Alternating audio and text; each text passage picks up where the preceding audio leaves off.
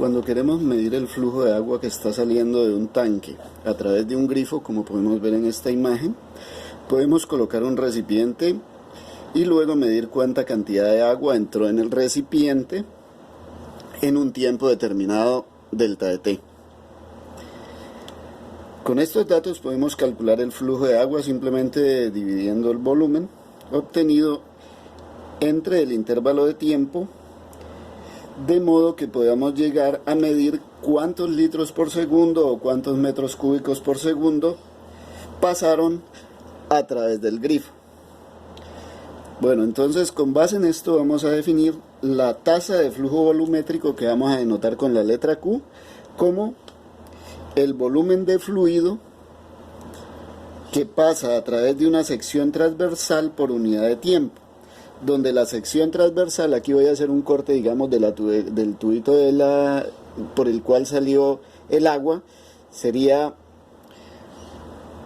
la superficie transversal o área transversal o sección transversal, sería esta A, y aquí vamos a considerar, digamos, un elemento de volumen que se está moviendo con velocidad v, es decir, que estamos considerando un flujo laminar que se está moviendo con velocidad v, y lo que vamos a medir es cuánto tiempo tarda en pasar este volumen a través de esta sección transversal. Bueno, entonces, con base en eso, nosotros podemos decir que podemos escribir como Q igual a delta de V sobre delta de T. Pero adicionalmente también podríamos escribir este flujo como el delta de V, lo podemos escribir como el volumen, que podría ser el área de la sección transversal, que es esta misma A, multiplicada por la distancia.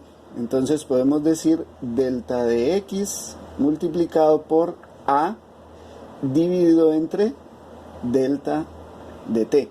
Pero delta de X sobre delta de T en últimas termina siendo la velocidad a la que se está moviendo el agua. Entonces aquí podríamos escribir B por A, y esta sería una forma alternativa de describir el flujo. Bueno, entonces vamos a anotar aquí la definición de dos tipos de flujo. El flujo turbulento, que es un flujo rápido y caótico, como el que se puede presentar, por ejemplo, en un río. Y el flujo laminar, que es un flujo lento y uniforme.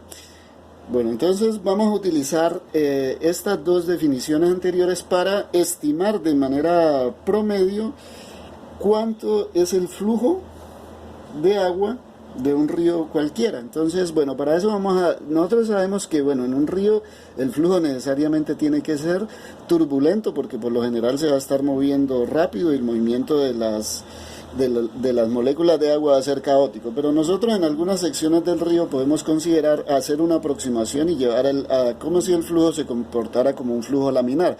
Entonces, ¿cómo podríamos hacerlo? Digamos, colocar un elemento que flote, colocarlo sobre el agua y medir con algún instrumento, por ejemplo utilizando tracker, medir cuál es la velocidad a la que se mueve en un cierto intervalo de tiempo, y hacer varias medidas y determinar la velocidad promedio a la que está pasando el agua por allí.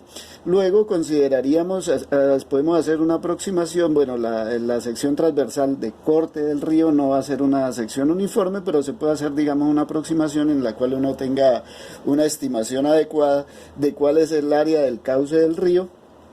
Y de allí, pues utilizando la definición que acabamos de escribir, que el flujo va a ser igual a la velocidad multiplicada por la sección transversal. Entonces con eso podríamos determinar el área de un río, y esto es una manera bastante práctica, ya que no podríamos hacer algo como lo que hicimos en un tanque, con un pequeño tanque con una llave, porque aquí podríamos poner a depositar, mientras que acá, digamos, si vamos a medir el flujo del río Magdalena, no tendríamos tanque que nos aguante.